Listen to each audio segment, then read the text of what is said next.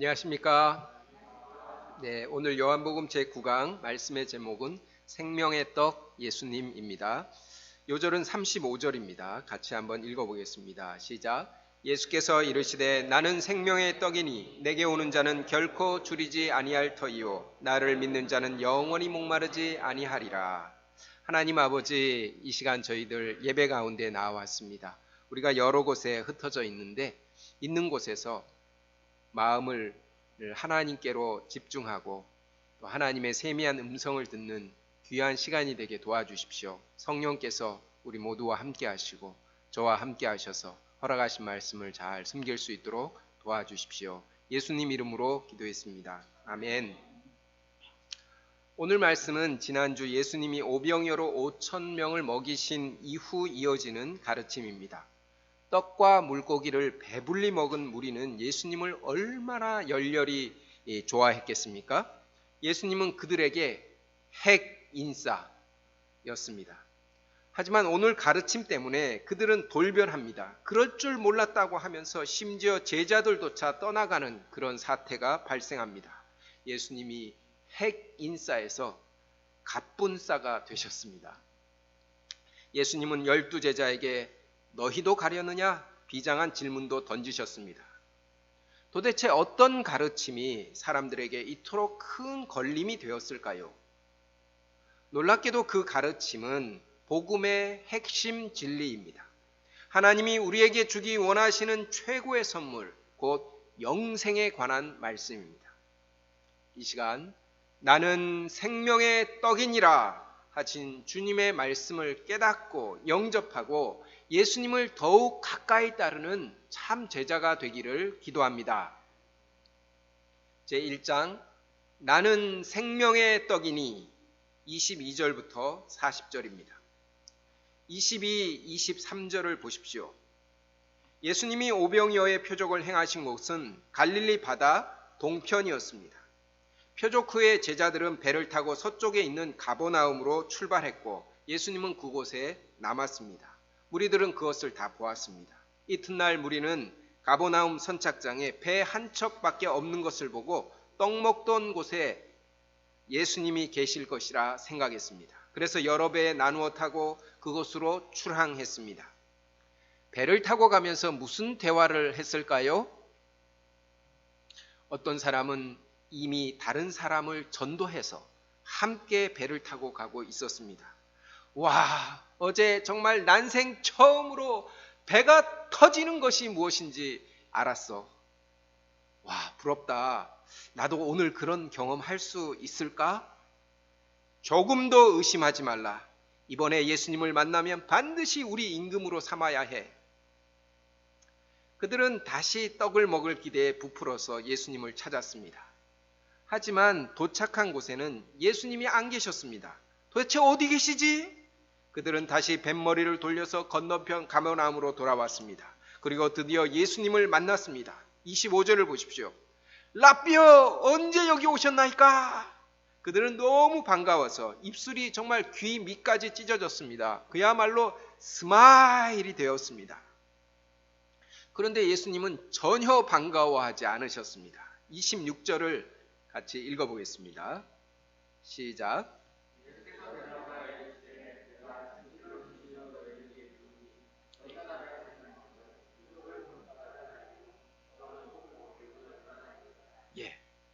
이 한마디에 분위기가 정말 갑분싸가 되었습니다.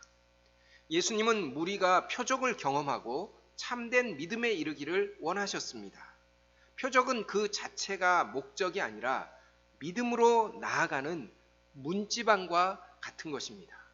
그런데 예수님을 애타게 찾아온 이 무리의 마음에는 표적을 본 까닭이 아니라 떡을 먹고 배부른 까닭이 가득했습니다. 예수님을 수단으로 떡 문제 해결을 하려는 그런 마음이 가득했습니다.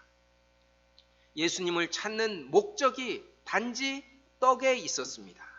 그들은 문지방에 걸려 넘어진 것입니다. 27절을 읽어보겠습니다. 시작. 썩을 양식을 위하여 일하지 말고 영생하도록 있는 양식을 위하여 하라. 이 양식은 인자가 너희에게 주리니 인자는 아버지 하나님께서 인치신 자니라.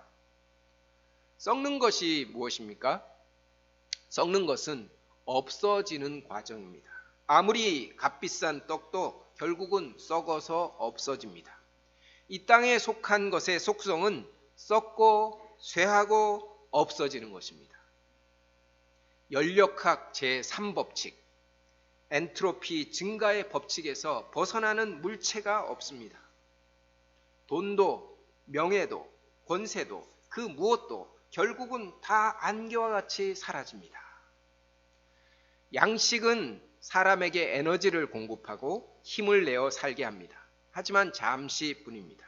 또 배고프고 결국은 그 양식을 먹은 사람도 썩고 쇠하고 없어집니다.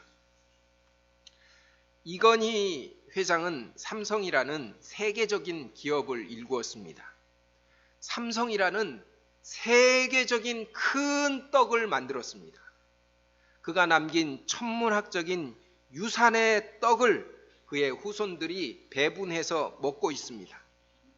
하지만 그것들도 결국은 다 썩고 그것을 먹는 자들도 썩고 없어질 존재입니다. 이 땅에 있는 어떤 양식도 우리를 썩지 않게 할 수는 없습니다. 예수님은 그러한 썩을 양식을 위하여 일하지 말라고 하십니다. 썩을 것에 인생의 목적을 두지 말라는 뜻입니다. 대신에 영생하도록 있는 양식을 위하여 일하라고 하십니다. 영생하도록 있는 양식은 그 존재 자체가 영원한 속성을 가지고 있습니다.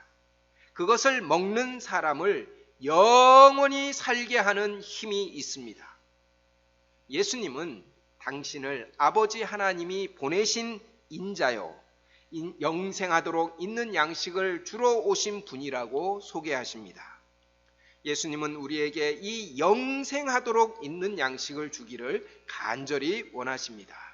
그런데도 우리가 썩을 양식을 주소서 하면서 매달린다면 주님은 얼마나 안타까우시겠습니까? 그것은 마치 출제자의 의도를 전혀 파악하지 못하고 꼭 정답만 비껴가는 그 안타까운 학생과 같습니다. 28, 29절을 보십시오. 그들은 예수님이 어떤 새로운 양식을 주려고 하는 것 같은데 공짜로는 주지 않겠다는 그런 뜻으로 오해했습니다. 그래서 우리가 어떻게 하여야 하나님의 일을 하오리까 질문합니다. 어떤 일을 하면 주겠냐고 물은 것이었습니다. 예수님은 하나님께서 보내신 일을 믿는 것이 하나님의 일이라고 하십니다. 예수님을 믿는 것이 하나님의 일입니다. 하나님은 우리가 당신이 보내신 예수 그리스도를 신뢰하고 의지하며 사는 것을 가장 기뻐하십니다. 또한 하나님은 우리가 예수님을 믿을 수 있도록 성령을 보내시고 안식일에도 일하십니다. 영생의 양식은 우리가 어떤 일을 열심히 잘해서 그 대가로 얻는 것이 아닙니다. 오직 예수님을 믿는 자에게 값없이 주는 선물과 같은 것입니다. 하지만 우리는 영생하도록 있는 양식, 하나님께서 보내신 일을 믿는 것, 이런 것에는 별로 관심이 없습니다. 30절과 31절을 우리 형제들이 읽어주겠습니다. 시작.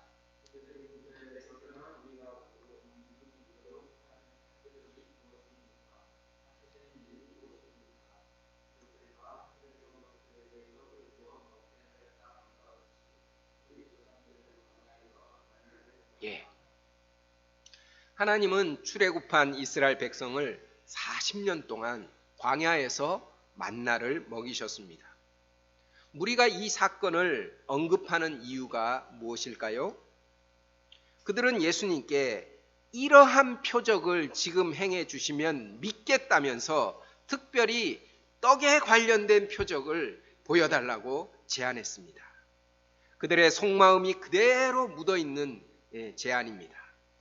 믿음을 갖겠는데 떡을 이렇게 주시는 그런 표적을 주면 믿겠다고, 믿음으로 떡을 사려는 그런 흥정을 한 것입니다. 그들이 얼마나 이 떡 문제 해결에 집착하는지 알 수 있습니다. 떡 문제의 해결은 누구도 중요하지 않다고 말할 수 없습니다. 우리에게 떡 문제 해결보다 더 중요한 문제가 있을까요? 만약 떡 문제, 돈 문제가 정말 해결된다면 여러분은 무엇을 제일 하고 싶으십니까? 우리 박중재 목사님, 돈 문제가 완전히 해결되면 무엇을 하고 싶습니까?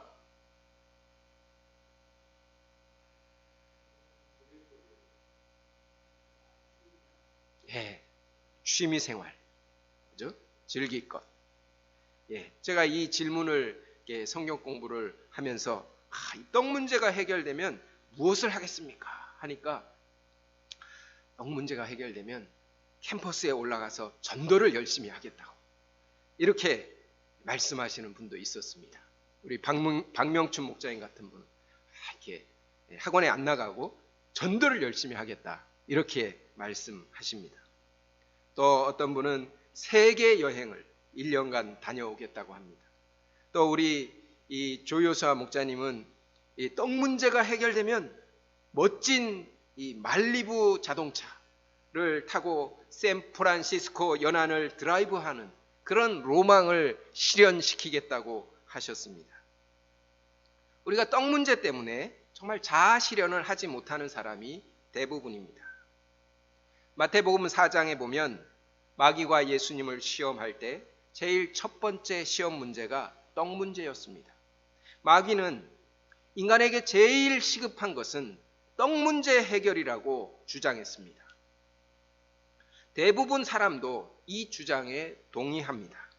오늘날 국가 지도자가 해야 할 가장 중요한 일도 떡 문제 해결, 경제 대통령이 되는 것입니다.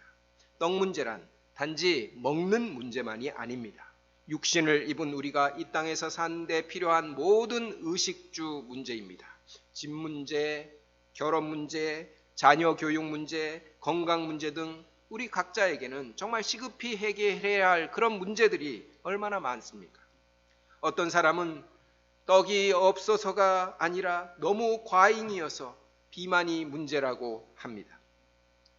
어쨌든 우리는 떡 문제 해결을 바라고 예수님께 나아옵니다.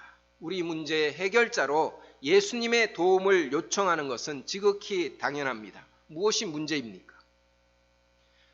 예수님을 떡 문제 해결자로만 여기는 것입니다.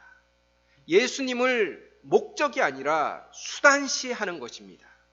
그것은 우상을 숭배하는 죄악과 마찬가지입니다. 예수님도 말씀하셨습니다. 사람이 떡으로만 살 것이 아니라 예수님은 우리가 먹어야 할 참 떡이 무엇인지 가르쳐 주십니다. 35절을 같이 읽어보겠습니다. 시작. 예수께서 이르시되 나는 생명의 떡이니 내게 오는 자는 결코 줄이지 아니할 터요 나를 믿는 자는 영원히 목마르지 아니하리라. 예수님이 생명의 떡이십니다. 예수님께 오는 자는 결코 줄이지 않습니다. 예수님을 믿는 자는 영원히 목마르지 않습니다. 사마리아 여인도 이 예수님을 먹고 마심으로 영혼의 갈증과 배고픔에서 해소되었습니다. 예수님은 니고데모에게도 말씀하셨습니다. 하나님이 세상을 이처럼 사랑하사 독생자를 주셨으니 이는 그를 믿는 자마다 멸망하지 않고 영생을 얻게 하려 하심이라. 예수님은 우리에게 영생을 주시는 생명의 떡이십니다. 사람들은 요즘 이생망 이런 말을 자주 합니다. 삶이 그만큼 어렵다는 뜻입니다. 하지만 이런 속담도 있습니다. 개똥밭에 굴러도 이승이 낫다. 그렇습니다.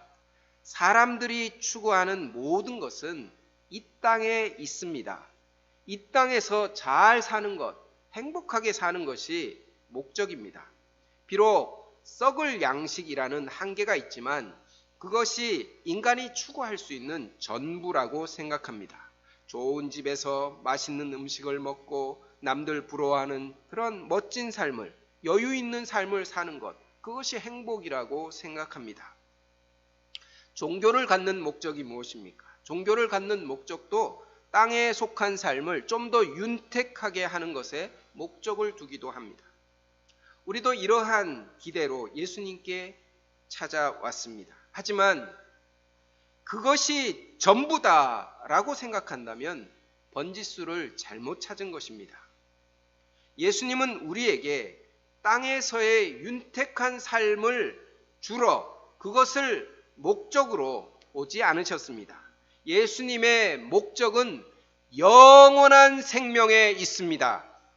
생명의 떡이신 예수님을 믿음으로 줄이지 않고 목마르지 않고 영생의 기쁨을 누리게 하기를 간절히 원하십니다.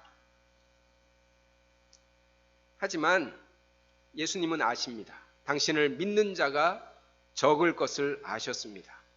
예수님 당시에 그러했습니다. 오늘날도 우리가 세상에 나가서 예수님이 생명의 떡이십니다. 예수님을 믿으면 영생을 얻습니다. 아무리 외쳐도 믿지 않습니다. 그렇게 외치는 사람이 있으면 환자 취급을 합니다. 예수님 믿으면 밥이 나오냐 떡이 나오냐 하면서 밥과 떡만을 요구합니다. 도대체 어떤 사람이 정말 영생에 관심을 갖고 또 예수님을 믿을 수 있게 될까요? 37절을 보십시오. 아버지께서 내게 주시는 자는 다 내게로 올 것이요 내게 오는 자는 내가 결코 내쫓지 아니하리라. 아버지께서 주시는 자입니다. 믿음에 이른 자들은 아버지께서 이끄신 자들입니다. 우리에게 믿음이 있다면 그것은 정말 아버지 하나님께 감사할 일입니다. 예수님은 아버지께서 보내시는 자를 잃어버리지 않고 마지막 날에 다시 살려서 영생하게 하십니다. 제2장 내가 줄 떡은 내 살이니라. 41절부터 71절입니다. 41절을 보십시오. 예수님이 하늘에서 내려온 떡이라고 하자 유대인들이 수군수군 거렸습니다. 뭐라고 하시는 거야? 자기가 생명의 떡이래. 말도 안 돼. 그들은 예수님을 요셉의 아들, 그 부모를 우리가 아는데 자기가 지금 어찌하여 하늘에서 내려왔다 하느냐 하면서 믿지 않았습니다. 이런 인간적인 차원에서 예수님을 믿는 것은 정말 불가능한 일입니다. 죽은 자가 다시 살아나는 표적을 보아도 믿음을 갖지 못합니다. 그래서 예수님은 어떤 사람이 믿음을 갖게 되는지 다시 한번 강조하십니다. 44절을 보십시오. 나를 보내신 아버지께서 이끌지 아니하시면 아무도 내게 올 수 없으니 오는 그를 내가 마지막 날에 다시 살리시리라. 믿음의 가정에 태어났다고 자동적으로 믿음을 갖게 되는 것이 아닙니다. 믿음은 그 사람과 아버지 하나님과의 인격적인 역사입니다. 우리는 이 사실을 겸손히 인정하고 우리의 양들과 자녀들이 믿음을 가질 수 있도록 간절히 기도해 주어야 합니다. 47절부터 51절에서 예수님은 그들이 듣기 힘들어하는 말씀을 또 반복하십니다. 나는 하늘에서 내려온 살아있는 떡이니 사람이 이 떡을 먹으면 영생하리라. 내가 줄 떡은 곧 세상의 생명을 위한 내 살이니라. 51절입니다. 내가 떡이라고 했다가 이제는 내가 줄 떡은 내 살이다 이렇게 하시니까 이것은 폭탄을 그들에게 던진 것과 같습니다. 52절을 보십시오. 유대인들이 서로 다투기 시작했습니다. 예수님에 대한 어떤 혐오의 수치가 완전히 급상승했기 때문입니다. 우리를 식인종으로 생각하나? 이 사람 보자 하니까 정말 말도 안 되는 소리를 짓거리네? 하면서 얼굴을 붉혔습니다. 하지만 예수님도 전혀 물러서지 않습니다. 53절부터 55절까지 말씀을 함께 읽어보겠습니다. 시작. 예수께서 이르시되 내가 진실로 진실로 너희에게 이르노니 인자의 살을 먹지 아니하고 인자의 피를 마시지 아니하면 너희 속에 생명이 없느니라. 내 살을 먹고 마지막 날에 그를 다시 살리리니 내 살은 참된 양식이요 내 피는 참된 음료로다. 예수님은 살에다가 피를 더하셨습니다. 당신의 살과 피가 참된 양식이요 참된 음료라고 하십니다. 이것은 이 폭탄에서 그 핵폭탄을 던진 것과 같습니다. 예수님은 내 살을 먹고 내 피를 마시는 자는 내 안에 거하고 나도 그의 안에 거하리라고 하십니다. 예수님의 살을 먹고 피를 마시는 자가 예수님과 연합한다는 말씀입니다. 예수님은 하늘에서 내려온 떡이요 이 떡을 먹는 자만이 예수님과 연합하고 영원히 살 수 있습니다. 마태복음을 보면 예수님이 십자가 지시기 바로 전날 성찬식을 제정하십니다. 예수님은 떡을 떼어 제자들에게 주시며 말씀하십니다. 받아서 먹으라. 이것은 내 몸이니라. 또한 잔을 주시며 말씀하십니다. 너희가 다 이것을 마시라. 이것은 죄사함을 얻게 하려고 많은 사람을 위하여 흘리는 바 나의 피, 곧 언약의 피니라. 예수님은 성찬식을 통하여 당신의 십자가의 죽음의 의미를 가르쳐 주셨습니다. 오늘 요한복음 6장 53절부터 58절까지 말씀도 주님의 십자가 죽음의 의미를 가르쳐 주신 말씀입니다. 그래서 학자들은 요한복음 6장에서의 오병이어 사건을 성찬식이다라고 말하기도 합니다. 예수님의 살을 먹고 그의 피를 마시고 예수님을 먹는다는 의미가 무엇입니까? 이는 예수님의 십자가 죽음의 의미를 믿고 영접하는 것을 의미합니다. 예수님은 십자가에서 당신의 살을 찢어서 우리에게 나누어 주셨고 당신의 피를 철철 흘려서 우리에게 주셨습니다. 우리는 이 사실을 믿고 영접함으로 죄사함을 받습니다. 이 예수님의 은혜로 우리는 영원히 사는 존재, 영생의 소유자가 됨을 믿습니다. 이것이 하나님 아버지께서 우리를 구원하기 위하여 만세전에 예정하신 복음의 핵심 진리입니다. 60절, 61절을 보십시오. 제자 중 여럿이 이 말씀을 듣고 이 말씀은 정말 어렵다 소감 발표했습니다. 도무지 이해하지 못했습니다. 예수님은 이 말씀이 그들에게 걸림이 된 것을 아시고 좀 더 자세히 설명하십니다. 62절을 보십시오. 인자가 이전에 있던 곳으로 올라가는 것을 본다면 어떻게 하겠느냐? 예수님은 그 말씀이 십자가 죽음에 관한 말씀인 것을 암시하셨습니다. 또한 주님의 말씀은 육에 속한 것이 아니라 영에 속한 것이요 영생에 관한 말씀임을 가르쳐 주셨습니다. 그리고 이러한 영적인 말씀은 사람이 스스로 깨닫지 못하고 아버지께서 이끄셔야만 알 수 있다고 하십니다. 66절을 보면 제자 중에서 많은 사람이 주님의 이 말씀을 깨닫지 못하고 떠나가고 다시는 그와 함께 다니지 않았습니다. 이들에 비하여 오늘날 우리가 예수님의 십자가 죽음을 영접하고 믿는 자가 된 것은 실로 엄청난 은혜요, 특권이요, 이것은 기적입니다. 우리에게 예수님의 살과 피를 먹고 마시는 십자가 복음 진리를 깨닫게 하신 하나님께 감사와 찬송을 드립니다. 67절을 보십시오. 예수님은 12 제자에게 물으십니다. 너희도 가려느냐?